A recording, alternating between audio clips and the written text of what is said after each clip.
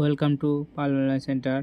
বন্ধুরা, পেটিএম এর মতো গুরুত্বপূর্ণ অ্যাপস যেটার মাধ্যমে আমরা টাকা লেনদেন বা আদান প্রদান করে থাকি, সেই পেটিএম এর মতো গুরুত্বপূর্ণ অ্যাপসটি এবার বন্ধ হতে চলেছে। স্বয়ং পেটিএম এর তরফ থেকে এই বিষয় নিয়ে এসএমএস পাঠানো হয়েছে ইমেলে, দেখে নেবে বন্ধুরা। তো এখানে এসএমএসটা পাঠিয়েছে। এসএমএসে বলা আছে প্লিজ নোট ডাউন এই deposit or add money to wallet payment ব্যাঙ্কে।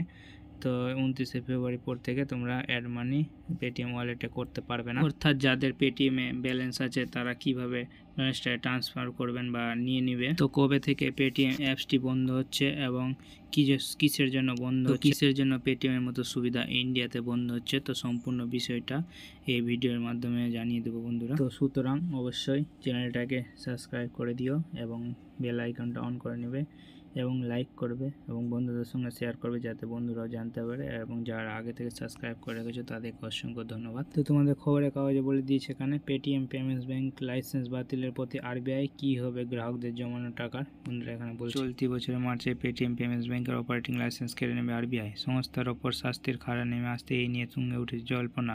উল্লেখ্য 2022 থেকে পেটিএম পেমেন্টস ব্যাংকের বিরুদ্ধে লাগাতার উঠছে নিয়ম ভাঙার অভিযোগ। শুধু তাই নয়, তথ্যের অপব্যবহার করা হয়েছে বলে জানিয়েছে আরবিআই।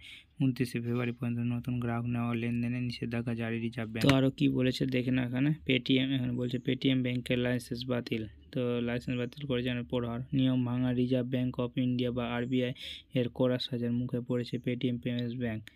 তো ইতিমধ্যে নতুন গ্রাহক নেওয়া ও লেনদেন সংক্রান্ত যাবতীয় কাজ বন্ধ রাখার নির্দেশ দিয়েছে কেন্দ্রীয় ব্যাংক সূত্রের খবর। এবারে এই সংস্থার অপারেটিং লাইসেন্স পুরোপুরি বাতিল করার চিন্তাভাবনা শুরু করেছে আরবিআই। তো আরবিআই পুরো লাইসেন্স বাতিল করার সিদ্ধান্ত নিয়েছে।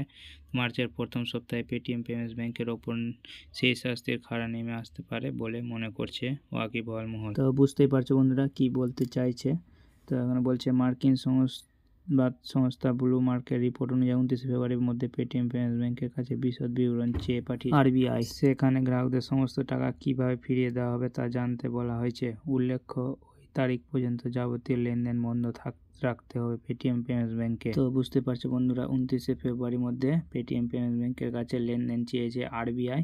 তো এখানে বলে দিয়েছে যাবতীয় লেনদেন বন্ধ রাখতে বলেছে এবং বলছে সংস্থার তরফে ওই রিপোর্ট জমা পড়লে অপারেটিং লাইসেন্স বাতিল করবে আরবিআই।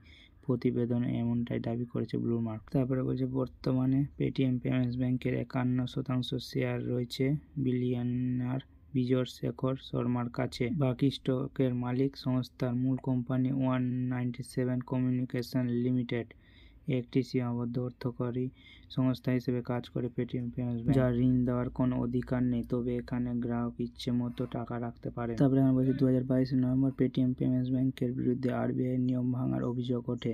কেন্দ্রীয় ব্যাংক সূত্রে খবর, তথ্যের অপব্যবহার যাচাই না করে অ্যাকাউন্ট খোলা ও সেখানে বিপুল লেনদেনের মতো ঘটনা ঘটেছিল, যার জেরে শাস্তির মুখে পড়তে হয় পেটিএম পেমেন্টস ব্যাংককে। দিতে হয়েছিল বিপুল জরিমানা। তো বুঝতে পারছো বন্ধুরা, কোনো কিছু যাচাই না করে অ্যাকাউন্ট খুলেছিল, তো সেই জন্য আরবিআই বন্ধ করেছে। এরপর 2023 মার্চের ফের একবার নিয়ম ভাঙার অভিযোগ ওঠে। এবারও পেটিএম পেমেন্টস ব্যাংকে নতুন গ্রাহক যোগ করা বন্ধ করতে বলে আরবিআই। পরে অবশ্য সেই নিষেধাজ্ঞা উঠে যায়। চলতি বছরের ফেব্রুয়ারিতে ফের শাস্তির মুখে পড়েছে পেটিএম পেমেন্টস ব্যাংক।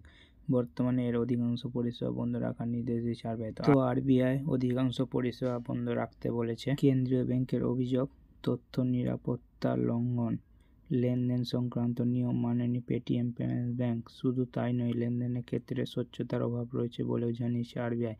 ফলে এই সংস্থার অপারেটিং লাইসেন্স বাতিল হওয়ার সম্ভাবনা রয়েছে মতো বিশেষজ্ঞদের। তো কি জন্য পেটিএম ব্যাংক বন্ধ করতে চলেছে বন্ধুরা বলে, কেন্দ্রীয় ব্যাংকের অভিযোগ মানেনি, লঙ্ঘন করেছে, লেনদেন সব মানেনি, কোনো কিছুই, তাই বন্ধ করতে চলেছে। তো এখানে বলেছে তবে পেটিএম গ্রাহকদের এর জন্য বিশেষ কিছু চিন্তার নেই বলে স্পষ্ট করেছে কেন্দ্রীয় ব্যাংক। আরবিআই নির্দেশিকা অনুযায়ী গ্রাহকদের পেটিএম ব্যাংকে জমা টাকা তুলতে বা তার ইচ্ছামতো ব্যবহার করতে পারবেন। গ্রাহকদের পেটিএম পেমেন্টস ব্যাংকের savings account, current account, prepaid insurance, ফার্স্ট এয়ার ও ন্যাশনাল কমন মোবিলিটি কার্ড ব্যবহারের ক্ষেত্রে বাধা থাকছে না। তো বন্ধুরা বুঝতে পারছো, এখানে কোনো সেভিংস বা কারেন্ট অ্যাকাউন্টে টাকা সব লেনদেন করতে পারবে, এখানে বলেই দিয়েছে। সেভিংস অ্যাকাউন্ট বা কারেন্ট অ্যাকাউন্টে কোনো বাধা থাকছে না বলেই দিয়েছে বন্ধুরা। সূত্রের খবর, 1949 ব্যাংকিং রেগুলেশন আইনে 35 ধারা অনুযায়ী পেটিএম এর বিরুদ্ধে ব্যবস্থা নিয়েছে আরবিআই। অডিট রিপোর্ট খুঁটিয়ে এই সিদ্ধান্ত নেওয়া হয়। বিশেষজ্ঞদের অনুমান আগামী দিনের প্রভাব পেটিএমের শেয়ারে দেখা যাবে।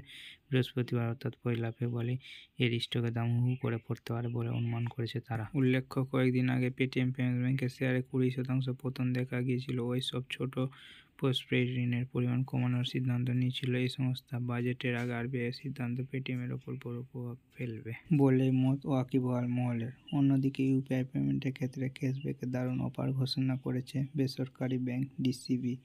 অ্যাপ নির্ভর লেনদেনের ক্ষেত্রে আগের মতো আর ক্যাশব্যাক পাওয়া যাচ্ছে না বলে অনেক ব্যবহারকারী অভিযোগ করেছিলেন। সেই সমস্যা পুরোপুরি মিটবে বলে ঘোষণা করেছে এই বেসরকারি ব্যাংক। তোমাদের ইউপিআই লেনদেনের কোনো প্রভাব পড়ছে না এবং তোমাদের সেভিংস অ্যাকাউন্ট বা কারেন্ট অ্যাকাউন্টে কোনো প্রভাব পড়ছে না। তোমরা শুধু টাকাটা অ্যাকাউন্টে কোনো এটিএম বা কিছুর মাধ্যমে নিতে পারবে না, তোমরা তাছাড়া সবই করতে পারবে, এটাই বলে দিয়েছে আরবিআই থেকে। পেটিএম পেমেন্টস ব্যাংকে টাকা তুলতেও ইচ্ছে মতো ব্যবহার করতে পারবে, সবই করতে পারবে, কোনো চিন্তার কোনো কারণ নেই। আরবিআই থেকে কোনো ঘাবড়াবা বলেনি কোনো কিছু বিষয়। তো ভিডিওটা দেখে বুঝতেই পারলে বন্ধুরা, এবং তোমাদের ভিডিওটা শেষ অবধি দেখার জন্য অসংখ্য ধন্যবাদ। তো তোমাদের ভিডিওটা কেমন লাগলো অবশ্যই কমেন্ট করে জানাবে।